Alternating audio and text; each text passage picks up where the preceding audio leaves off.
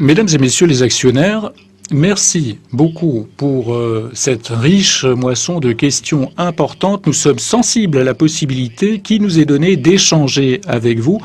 Et comme l'a dit Monsieur Moser, les actionnaires sont les gardiens de l'indépendance de la Banque nationale. Ils nous tiennent donc particulièrement à cœur, même si le dividende est limité, comme vous êtes bien placé pour le savoir. Je tiens également à dire merci à Monsieur Schmitt qui a constaté que la Banque nationale est populaire dans l'opinion publique. J'aimerais dans l'ordre reprendre les interventions qui ont été faites. Je prends tout d'abord les questions de M. Grobkassel. Elles ont été posées 2 fois. Gerd Sense, c'est une institution extrêmement importante. C'est un centre d'études près de Berne. Nous y avions des gens qui sont à demeure, qui font des analyses sur place, en matière de politique monétaire, mais également de façon plus large, des analyses. Ensuite, nous organisons sur ce site des cours pour les collaborateurs de banques centrales du monde entier. Et nous avons également une filière de formation pour des doctorants en Suisse, donc des gens qui font leurs études d'économie dans des universités suisses et qui peuvent y suivre une formation dans le cadre de leur doctorat. Gerd Sense est une institution importante pour nous et elle organise toute une série de manifestations et de conférences importantes. Le budget total sur l'année est de l'ordre de 7 millions pour le site de Gerd Sense. Singapour, c'est également une succursale importante pour nous. Nous avons ouvert le site de Singapour il y a quelques années. 8 personnes y sont à demeure et y travaillent. Singapour nous donne d'une part la possibilité pour les placements que nous faisons dans le monde asiatique de mieux monitorer ces placements et de mieux les gérer parce que nous sommes présents sur place. Donc des réserves de monétaires notamment, mais Singapour nous permet également d'être présents 24 heures sur 24 sur les marchés parce que quand il fait nuit ici, il fait jour à Singapour, notamment pour la présence sur les marchés des devises. Une présence à Singapour est essentielle. Donc jusqu'à présent, nous avons beaucoup profité de l'ouverture de cette succursale de Singapour. Maintenant, j'aimerais venir aux questions de M. Alter, l'initiative Argent Plein. M. De Siebenthal a également brièvement abordé la question de l'initiative Argent Plein. Merci beaucoup pour le cadeau que vous me faites. Merci également pour le beau poisson d'avril.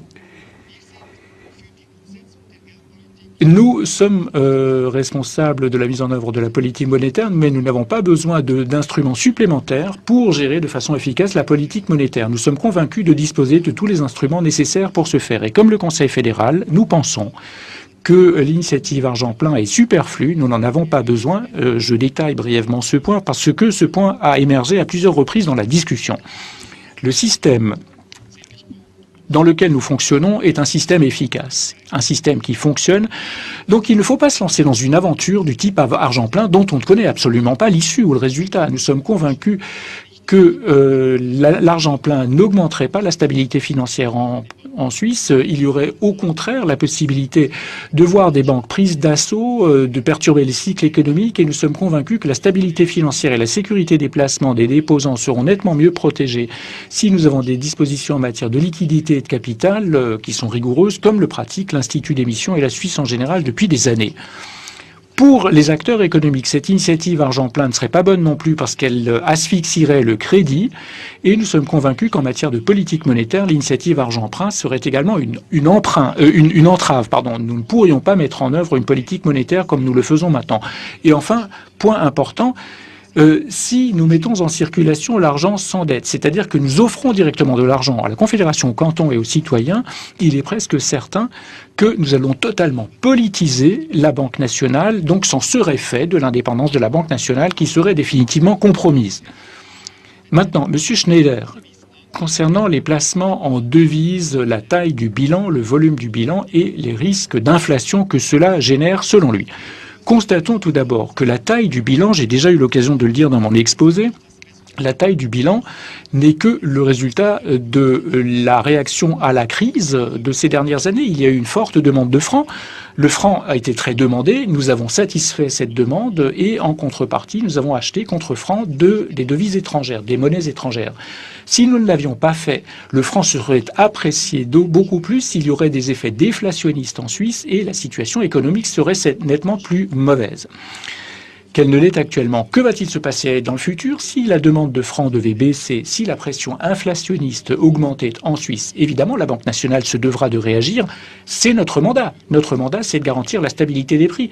Et quelle serait la forme de notre réaction? Nous réduirions le volume de notre bilan et nous remonterions les taux d'intérêt.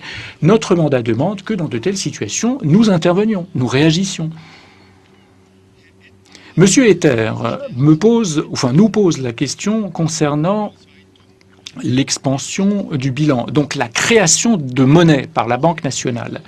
Il est assez facile de répondre à cette question. La création de monnaie par la Banque nationale, c'est la modification de la base monétaire, et vous trouverez des explications circonstanciées dans notre rapport de gestion.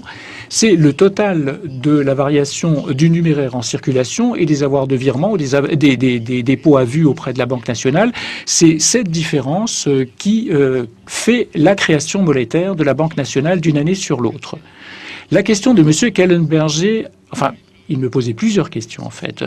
Alors pour ce qui est de Crédit Suisse, je ne peux pas vous répondre la coïncidence des dates, mais bien sûr nous sommes très sensibles à l'honneur que vous nous faites d'assister à notre Assemblée générale plutôt qu'à celle de Crédit Suisse. Alors, je crois que nous sommes assez d'accord avec M. Kellenberger. Nous avons également constaté tout à l'heure qu'il y avait des challenges pour l'économie helvétique. C'est vrai qu'on se porte mieux que ce qui avait été prédit après l'abandon du cours plancher, mais les challenges demeurent, notamment pour les entreprises exportatrices, pour les acteurs économiques qui sont en concurrence directe avec des opérateurs économiques de la zone euro.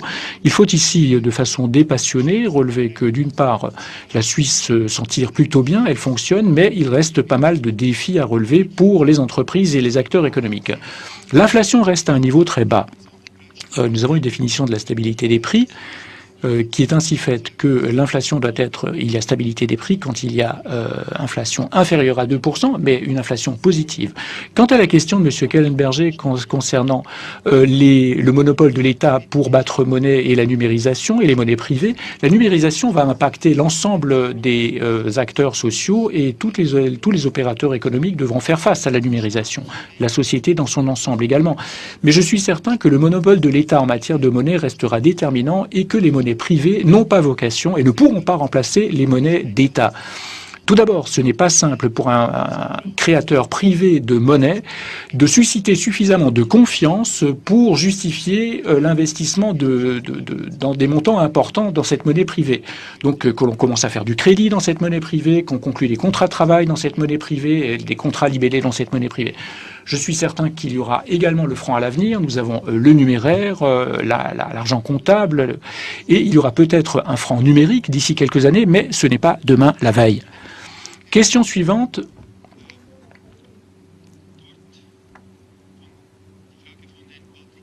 La question de M. Patrick Dimier concernant la création monétaire. Combien de francs sont créés notamment par les banques d'affaires, c'est-à-dire par les banques privées, à l'opposition de la Banque nationale. Là aussi, la transparence existe. La quantité d'argent créé, nous la mesurons avec les masses monétaires, les M1, M2 et M3. Ce sont les trois définitions de masse monétaire qui circulent et qui sont créées par le secteur bancaire. Ces trois masses, M1, M2 et M3, sont publiées régulièrement, chaque mois, et vous pouvez les consulter et en prendre connaissance en continu. Monsieur Studer posait la question de savoir pourquoi nous achetons des actions étrangères et quel est l'impact de cet achat d'actions étrangères sur les actions ou sur les entreprises suisses. Nous achetons des actifs, et notamment des actions étrangères, parce que nous voulons agir sur le taux de change du franc suisse. Si nous ne le faisions pas, le franc serait plus cher aujourd'hui, ce qui serait très préjudiciable à la marge des entreprises en Suisse. C'est notre façon de mettre en œuvre notre politique monétaire pour pour peser sur le taux de change du franc suisse et sur les taux d'intérêt. C'est pour cela que nous achetons ces actions. La question de M. De Siebenthal, j'y ai déjà répondu. M. Despons pose la question des prestataires externes. Nous avons un cadre très clair sur l'appel que nous faisons à des gestionnaires externes de patrimoine. D'abord, c'est une petite partie de notre portefeuille que nous confions à des gestionnaires externes. D'autre part, nous avons une procédure extrêmement fouillée pour la sélection de ces gestionnaires externes, à qui nous confions une partie de notre portefeuille. Nous monitorons en continu les performances de ces gestionnaires de fortune et nous les changeons de temps à autre pour avoir l'assurance de faire recours aux meilleurs. Nous faisons appel à des gestionnaires externes pour deux raisons. D'une part, pour contrôler comment nos propres gestionnaires s'en sortent. S'ils sont bons, ça donne la possibilité de les comparer entre les internes et les externes. Et d'autre part, il y a certains portefeuilles où il ne vaut pas la peine de se doter d'un know-how, d'un savoir-faire à l'interne. Et c'est dans ces compartiments spéciaux qu'on fait appel à des gestionnaires externes. Les papiers-valeurs qui sont gérés par ces gestionnaires, ils sont confiés à une société de conservation, donc ils ne sont pas détenus par les gestionnaires externes directement, bien entendu. Le gestionnaire externe sait quels sont les titres sur lesquels il travaille, c'est lui qui fait le trading sur ces titres, mais toujours dans le cadre de règles très strictes, de consignes très strictes données par la Banque nationale. Notre principe veut que nous ne rendions pas public le nom de ces gestionnaires externes. Ensuite, un certain nombre de questions m'ont été posées concernant le placement ou les placements de la BNS, notamment des placements qui n'obéiraient pas à un certain nombre de règles éthiques ou morales. Alors j'aimerais brièvement réexpliquer ce point, parce qu'il est important et parce que la Banque nationale ne choisit pas ici la solution de facilité. Au contraire, elle est extrêmement rigoureuse. Sachez que la politique de placement de la Banque nationale découle de la politique monétaire. Nous devons gérer la politique monétaire dans l'intérêt général du pays. Donc nous devons garantir que nous installions des conditions monétaires propres à garantir la stabilité des prix et l'expansion économique, donc la prospérité des entreprises. La politique de placement nous assiste dans la réalisation de ce mandat. Et comme notre bilan est devenu très important, nous sommes obligés de gérer des actifs de plus en plus nombreux et nous devons les gérer de façon raisonnée. Le but de notre politique de placement, c'est, alors je parle plus particulièrement des actions, c'est d'avoir une couverture aussi large que possible du marché. Nous voulons en fait reproduire l'indice. La BNS n'est pas favorable ou défavorable à telle entreprise ou à tel secteur plutôt que tel autre. Au contraire, nous voulons reproduire le marché, reproduire l'indice pour que les actifs puissent être aussi diversifiés que possible dans l'intérêt de la Suisse. Nous avons également un certain nombre de critères d'exclusion en matière d'achat d'actions pour garantir que pour les critères qui sont l'objet d'un large consensus, ces critères, justement, nous les avons fait nôtres, nous les avons adoptés. Alors dans les critères d'exclusion, nous refusons d'acheter un certain nombre d'armes ou d'actions d'entreprises qui produisent certaines armes ou qui violent les droits humains ou qui polluent de façon répétée l'environnement. Mais nous ne pouvons pas élargir indéfiniment ces critères, ce qui nous amènerait au fond à orienter la politique de placement de la BNS en fonction d'un certain nombre de préférences. Parce que les préférences ne font pas l'unanimité. Chacun a ses préférences. Il serait impossible de gérer une politique de placement raisonnée en fonction de préférences partielles. Sachez encore que toutes les directives et les consignes légales sont strictement respectées par la loi, donc la loi ainsi que les directives et les consignes qui nous sont données. Nous respectons scrupuleusement tous ces textes. Enfin, M. Koenig pose la question des changements sociaux, du développement. Je ne pense pas qu'il faille interpeller la Banque nationale là-dessus.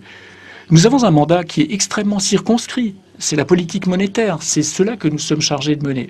Si vous voulez accélérer les changements sociétaux, interpellez le monde politique. Le Parlement, le Conseil fédéral sont responsables de ces questions. La Banque nationale est mal placée pour répondre à cette question. Voilà, je crois avoir maintenant répondu à toutes les interpellations. Je vous remercie.